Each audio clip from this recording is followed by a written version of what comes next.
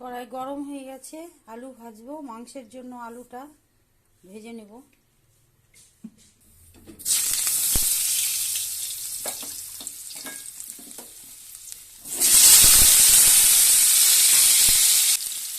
হলুদ গুঁড়ো, লবণ দিয়ে লবণ হলুদ দিয়ে আলুটা ভেজে নেব।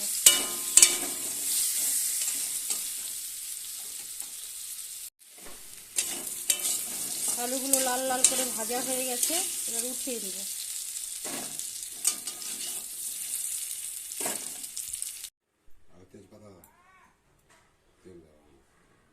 কড়াই গরম হয়ে গেছে, এবার তেল দিয়ে দিই।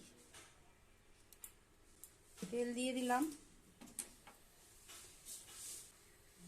একটু সামান্য জিরা ফোড়ন দিলাম, তারপরে তেজপাতাটা দিয়ে দিলাম। এবার হলো পেঁয়াজ কুচি, রসুন কুচি আর লঙ্কা কুচি ছেড়ে দেব। এবার ভাজা ভাজা করে নেব। সামান্য একটু লবণ দিয়ে দিয়ে পেঁয়াজটা তাড়াতাড়ি নরম হয়ে যাবে, ভাজা হয়ে যাবে তাড়াতাড়ি।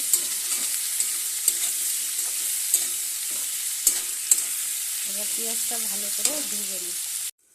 পেঁয়াজটা ঢেকে দিয়েছিলাম নরম করা হওয়ার জন্য।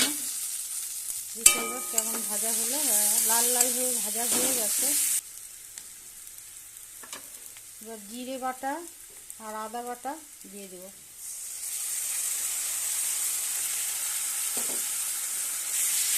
জিরে বাটা আর আদা বাটাটা পেঁয়াজের সাথে ভালো করে কষে নেব।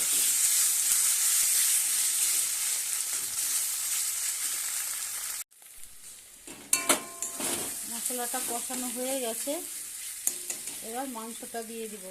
মাংসর মধ্যে তো হলুদের গুঁড়ো, জিরের গুঁড়ো, ধনিয়ার গুঁড়ো, লবণ, তেল সব মেখে রেখেছিলাম। আধা ঘন্টা হয়ে গেছে, এবার দিয়ে দিলাম মাংসটা।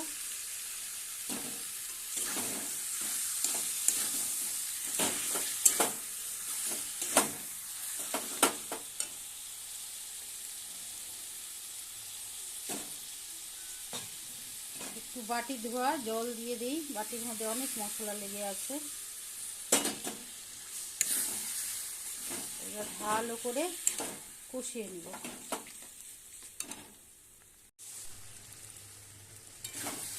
এই যে ভালো করে কষিয়ে নিচ্ছি।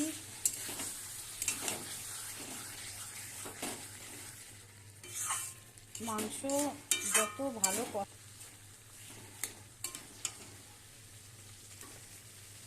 আলুগুলো দিয়ে দিই, আলু একসাথে কষানো হয়ে যাবে।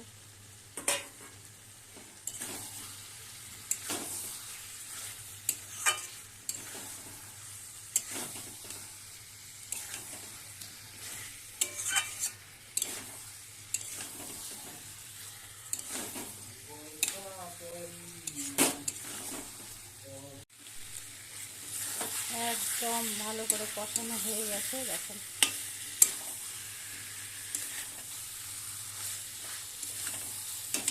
এবার গরম জল দিয়ে দিব ঝোলের জন্য।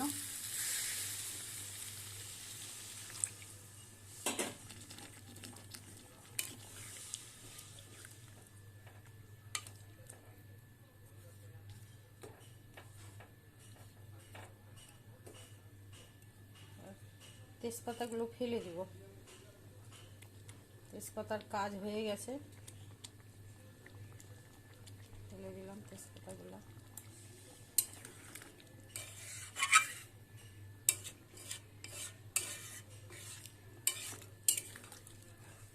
কালারটা কত সুন্দর এসছে। ঝোলটা জাল হোক।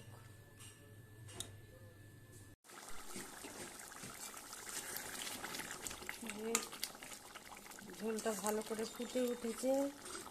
আলুটা দেখি সিদ্ধ হলো কিনা। হ্যাঁ, আলু সিদ্ধ হয়ে গেছে, একদম নরম হয়ে গেছে, মাংস নরম হয়ে গেছে। এবার অল্প গরম মশলা দিয়ে দেই। আগে তো মাখার সময় দিয়েছিলাম, আর একটু দিয়ে নামিয়ে দেব।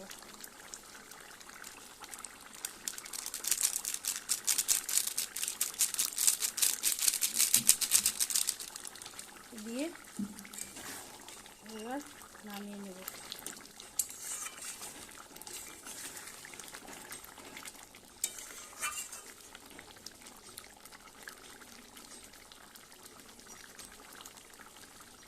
নামিয়ে নিচ্ছি।